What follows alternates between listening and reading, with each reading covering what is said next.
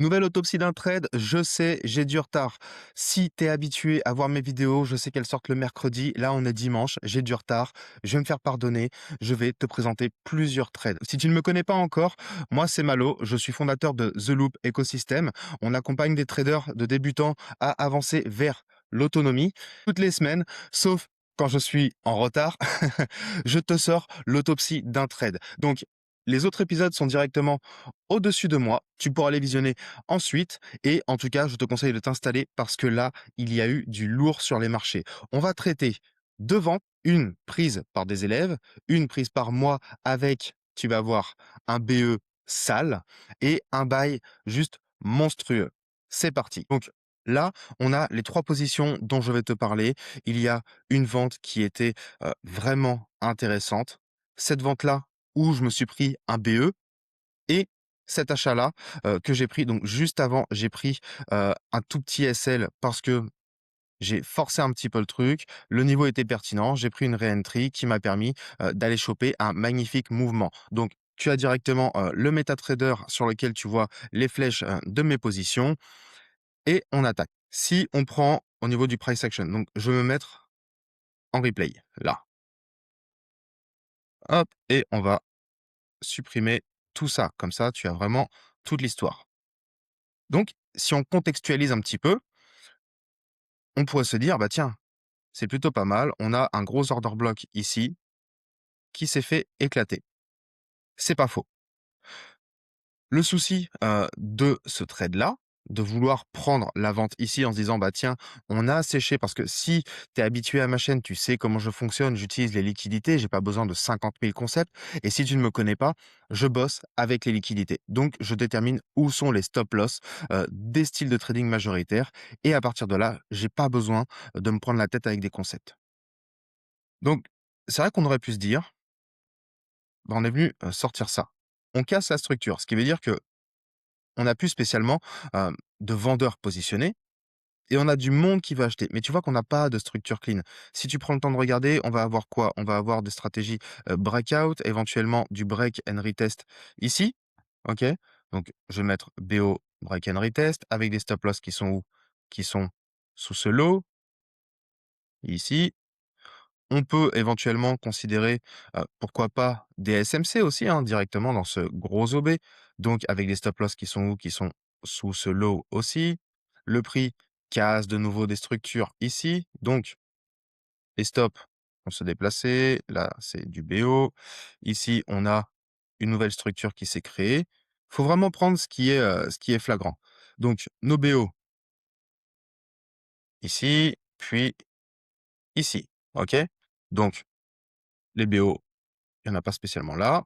Ils ont tous trail stop et ils ont les stop loss ici, voire même, heu, un peu plus haut puisqu'on a fait du 1R, donc ceux qui sont rentrés là sont certainement ABE. Je vais pas, je vais pas épiloguer, là-dessus. J'ai une vidéo sur les liquidités, c'est ce qu'on enseigne dans l'accompagnement.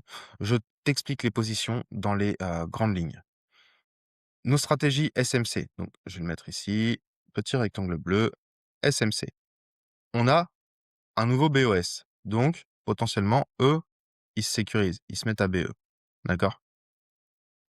Et donc là, c'est là où je me suis légèrement trompé. Donc cette position-là, je te l'ai même pas montré sur le MetaTrader, mais j'ai voulu me positionner à la vente directement vers ici, hop, et en plus de ça, c'était un stop loss qui était un petit peu cupide. Donc on a ça, hop, voilà.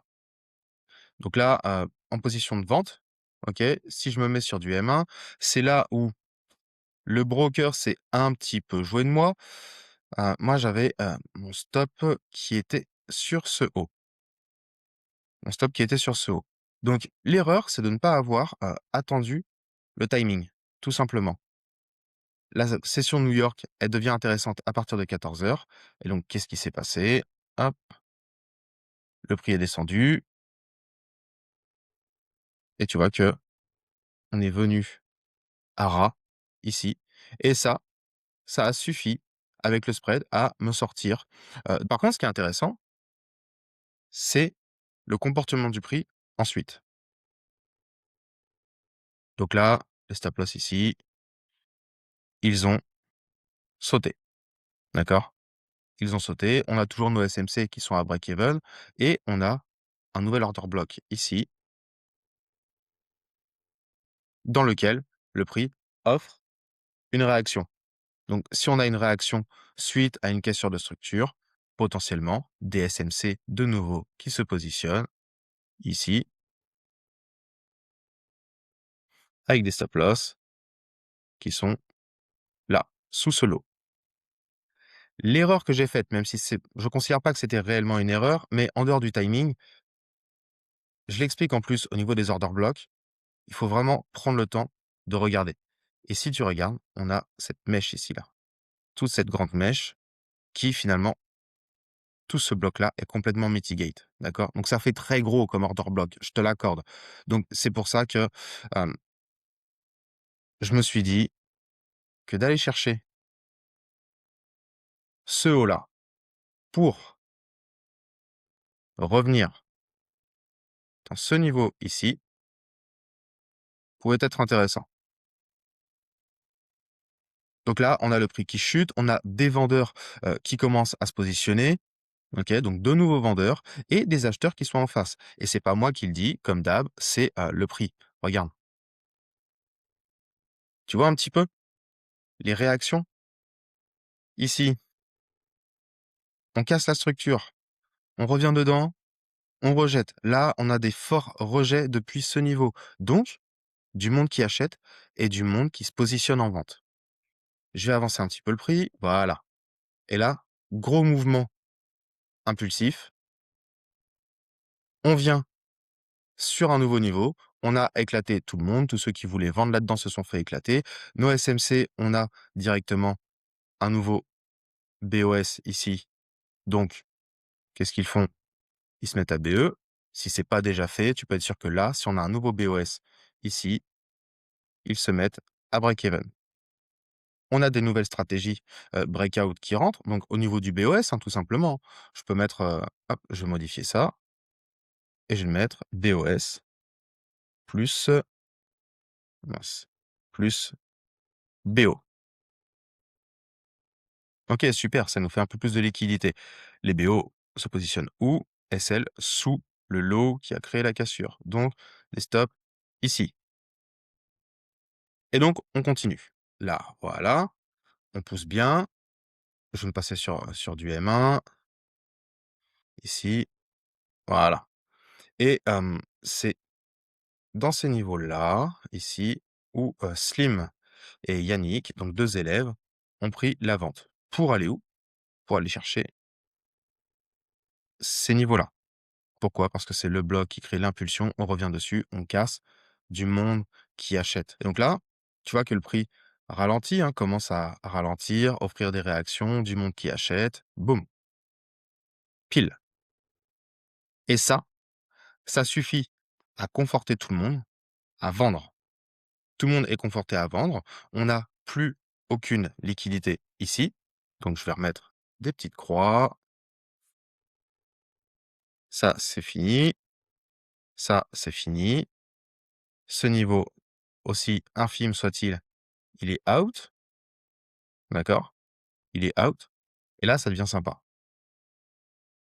Le prix remonte, commence à ralentir là-dedans. Pourquoi? C'est le mouvement haussier qui crée la cassure de structure. On offre des réactions. Et là, c'est là où c'était super intéressant. Je vais supprimer ce trait-là. Je me suis dit: «OK, moi, ce qui m'intéresse, c'est d'acheter». Parce qu'on a, plus d'acheteurs.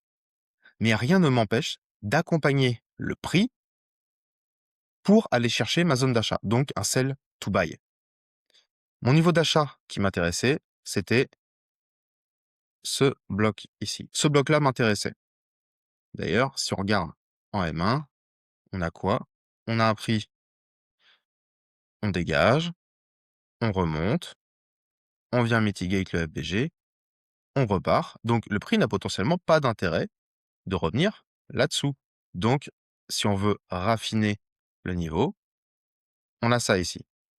Mais ça, c'est bien, mais on a besoin d'avoir du monde dans ces cas-là qui se positionne à l'achat au-dessus. Sinon, c'est-à-dire que Si tu vois pas la liquidité, c'est que c'est toi la liquidité. Mais je m'égare à nouveau.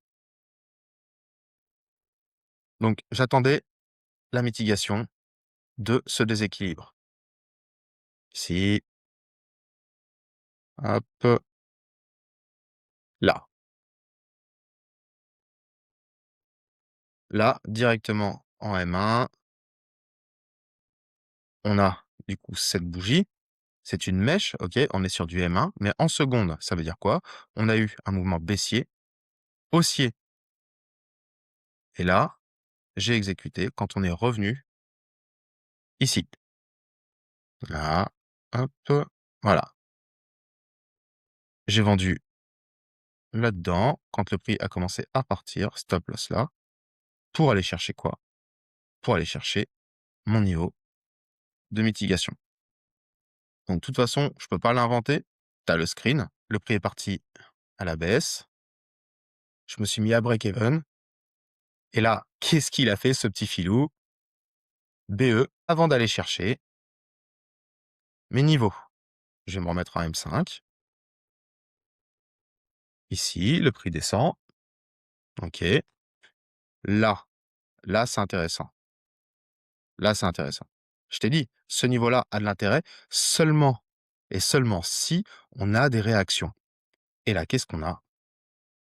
On a des réactions du monde qui achète ici. Donc, si on a du monde qui achète ici, on a personne qui achète ici. Le prix offre des réactions là. Là, c'est saisi, d'accord? Les liquidités sont saisies. On a tout le monde qui, qui vend, pas d'acheteurs, en tout cas plus d'acheteurs. Et là où j'ai commis une erreur, donc j'ai pris une première entrée directement ici, là, quand le prix a commencé à réagir depuis ce niveau. Et ce qui s'est passé, c'est que le prix est venu me sortir, commencer à repartir. Donc c'est concrètement toujours la même chose, c'est juste que là, c'est vraiment de la très petite TF, on est sous le M1, voilà. On a une manipulation qui induit probablement du monde à se passer en vente en toute petite unité de temps, en secondes, quelque chose comme ça. Donc ça, c'est un stop loss et j'ai repris une position dans ces niveaux ici, là, tac, voilà. J'ai repris une position ici pour aller chercher quoi? Eh bah, quelle était mon histoire de base? C'est tous ces niveaux ici et le prix a fait quoi? D'ailleurs, si tu es habitué à voir mes vidéos, ici, c'est toujours la même chose. On a bien l'order block qui est à l'origine de la cassure. On est revenu dessus plusieurs fois et donc mon TP final aurait dû être ici. Le prix est parti tellement vite que mon partiel s'est fait plus tard et j'ai coupé le reste quand le prix a commencé à retracer parce que ça me suffisait largement. Voilà, voilà, j'ai coupé ici. Donc il y avait de belles positions à prendre, il y avait de belles positions à prendre sur le NAS, à condition de comprendre comment fonctionnent les liquidités et l'accompagnement que l'on propose répond exactement à cette question. Comment fonctionnent les liquidités?